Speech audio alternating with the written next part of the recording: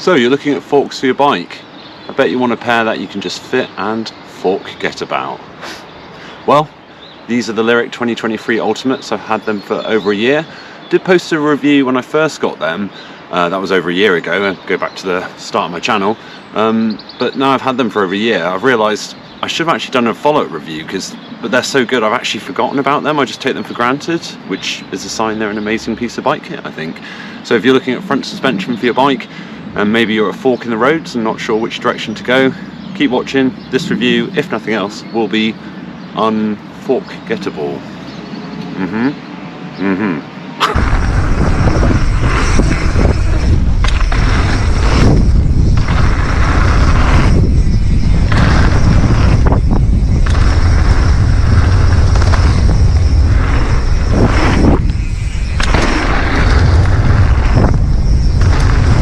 Oh no. Whoa! That wind! Not maybe the best day, huh? In terms of quick overview on the forks, you can get the Lyriks for 140, 150, 160mm travel. These are the 160s. I've got a 29-inch wheel.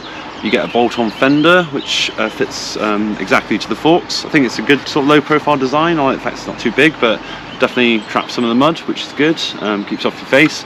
They didn't include the bolts with my fender when I bought the forks, but there we go. Found some in the deepest, darkest recesses of my toolbox, so that'll do. They now include buttercup technology. I've only got one sticker left actually, the other one's come off, but that is going to hopefully reduce some of the high frequency trail chatter and vibrations, I think is the idea. Do I notice that? I'm not sure. Yeah, anyway, and in terms of adjustment, you get so you have the charger free damper is the new sort of air spring they've designed. We'll move on to that, but in terms of adjustment, it's basically, well, apart from your air pressure, you've got high speed, low speed, and they have neutral settings and you can go either side, so really simplified, really easy to understand and use. And you just have one rebound setting overall, so no high speed, low speed rebound like you would get on some factory Fox forks, just one overall rebound. Again, simplified and works. Yeah, and they have a new 35mm design stanchion, which should make them a bit stiffer, but no extra weight compared to the old Lyriks. But they still have that sort of legendary little bit of flex, and kind of if you had Lyriks, you kind of know what I mean. It's quite hard to describe. Yeah, and that is the overview of the forks. Oh, and if you don't have the torque ends on your hub, then you've got the little, I don't know what they're called, the things that go in there to help with perfect wheel alignment, so it just slots the front wheel in. So, I mean, the key is a lot of practical innovation design in these forks. Yeah. Oh, almost forgot as well. Don't forget you get the pressure release valves either side, so if you're doing a lot of elevation, you can help sort of release that build up of pressure for the next run. So, useful feature.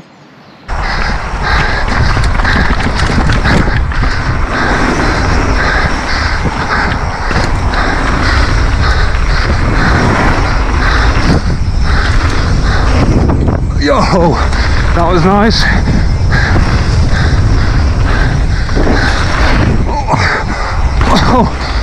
Oh, the dream. So a year on, why are these forks a big deal? Well, I'm going to go straight in there with reliability. Had them for over a year, had a full service about 3 or 4 months ago, good as new, but up until that, didn't do anything with them apart from ride them. And then, yeah, about, I don't know, 10 months in, they felt a bit sticky and not quite supple. And then after the full service, good as new, and that's all I've done, and they just work really well. So yeah, for top performing forks that seem pretty reliable and you can just get on and ride most of the time, what's not to like about that?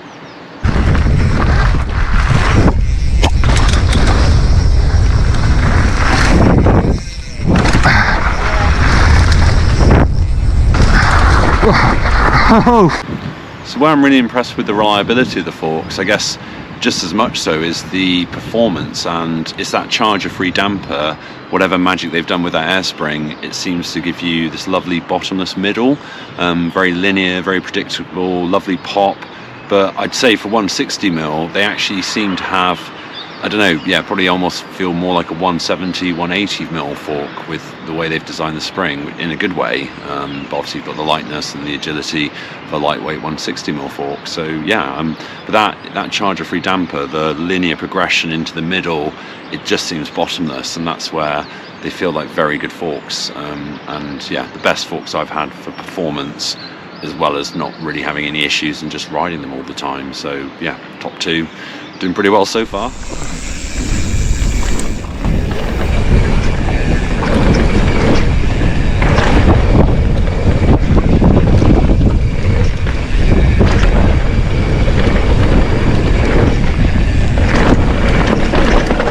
I guess the other thing that I think RockShox got right, they simplified the adjustment with also giving you good adjustment you can notice.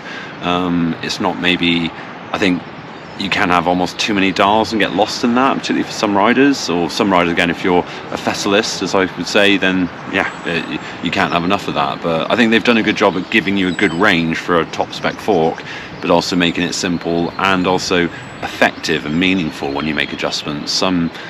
Some adjustments I made on other forks don't seem to be as noticeable or effective, maybe, from my experience.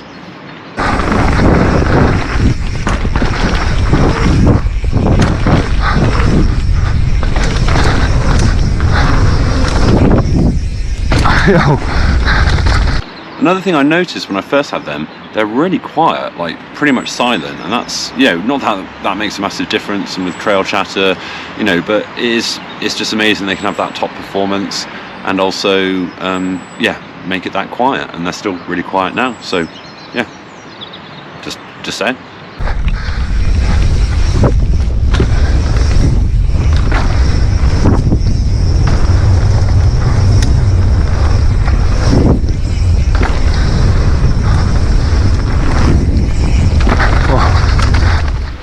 In terms of downsides or disadvantages with the forks, I would say the charger-free damper is not the most supple off the top compared to some forks I've ridden, but they're supple enough, and if that's the trade-off to get that bottomless middle, I'll live with that as a rider all day long. And the other thing is the price. They are certainly relatively expensive, although again, compared to some other brands and their top-end forks, they're actually quite reasonably good value. So I guess it depends on how you look at it. So they're the expensive forks for RockShox, but compared to a lot of the other brands and their top forks, they're actually cheaper. So in that sense, I'd say that's probably more an advantage than a disadvantage. Yeah.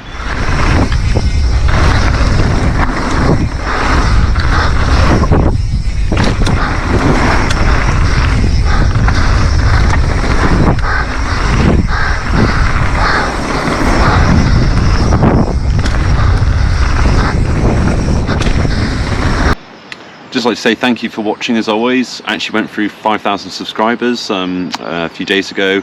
Really stoked about that. Thanks for all the support, all the OG subs and everyone who comments regularly. Can't say thank you enough. And likewise, if you've got thoughts on this video, if you're looking at front suspension and you're in a bit of a fork in the road in terms of which direction to go, please do leave any comments or anything like that. If you've got any better fork related puns, hit me up. Just keep them family friendly if that's okay. And again, thank you always for watching, and I hope this helps anyone looking at biking, but most importantly, ride your bike. Just ride your bike.